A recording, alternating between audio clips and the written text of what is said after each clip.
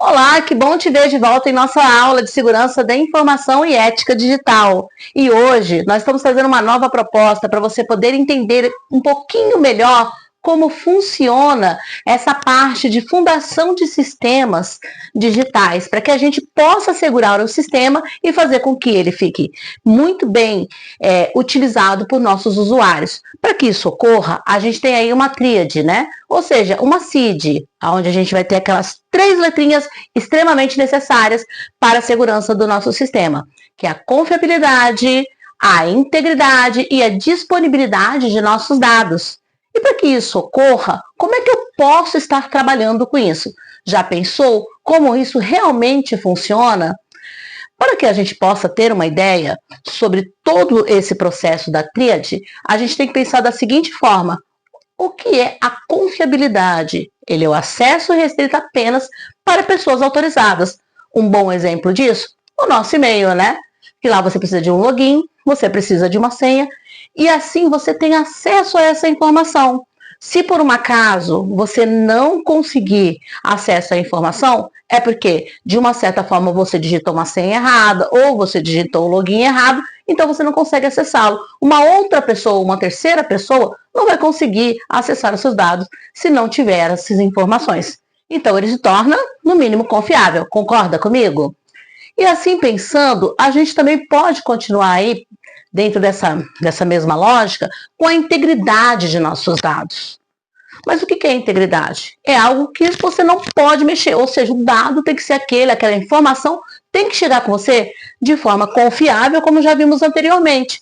E para que a gente possa garantir que os dados não sejam alterados indevidamente, a gente tem que pensar de alguns setores, alguns fatores. Por exemplo, um processo de notas de aluno, aonde o professor vai ter acesso a um setor no qual ele consegue movimentar essas notas, ele consegue colocar nota, ele consegue tirar nota, ele consegue repor nota, ele consegue fazer alguns desses movimentos a quais os alunos que ao acessar o mesmo sistema vão pensar, só vão conseguir visualizar. Imagine se um aluno conseguisse entrar ali dentro do sistema do professor e mudasse tudo.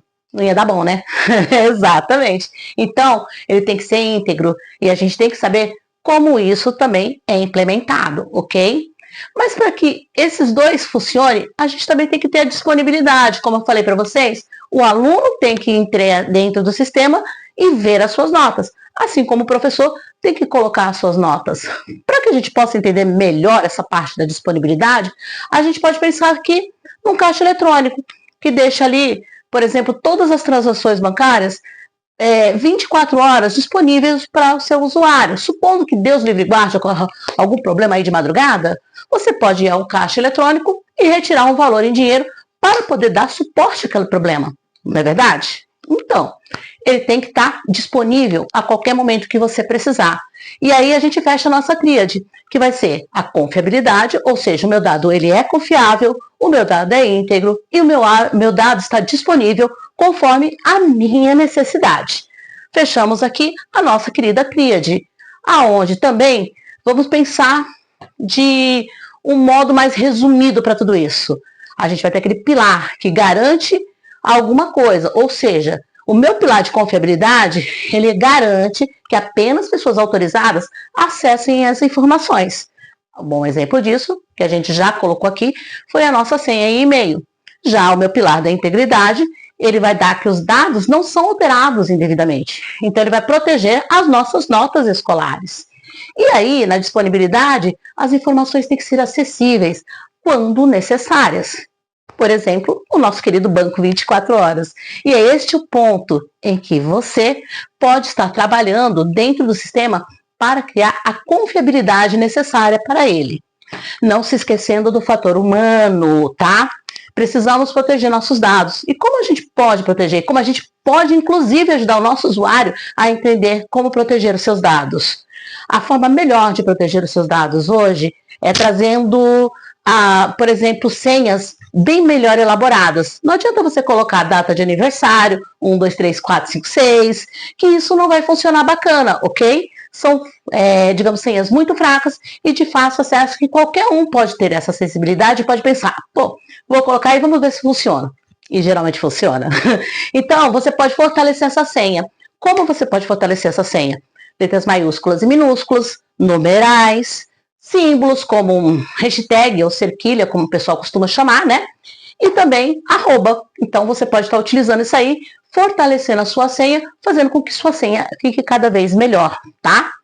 Assim sendo, a gente vai ter, então, o fator humano associado ao nosso processo. E lembrando que dentro desse fator humano, nós temos aí alguns probleminhas, como fake news, problemas com privacidade, né? Ou seja, a pessoa interferir na privacidade do outro, cyberbullying. Se você perceber que você está fazendo algo que dê um desses 3 problemas, que nem a gente percebe aqui, não vá em frente. Pare. Não foi legal. Mas se você vê que sua ação não está trazendo nenhum desses 3 processos, ok, você está indo muito bem, parabéns, continue assim. E assim sendo, gente, vamos dar uma finalizada sobre essa parte, deixando para vocês, como vocês já são, o nosso cidadão digital completo, tá? E lembrando que vou deixar para vocês aqui apenas um recadinho. Eu quero que vocês façam para mim uma pequena atividade, ok? Dá uma lidinha na LGPD, compare com a nossa tríade e me devolva mais tarde uma resposta sobre isso. Aguardo vocês por aqui. Forte abraço, até a próxima!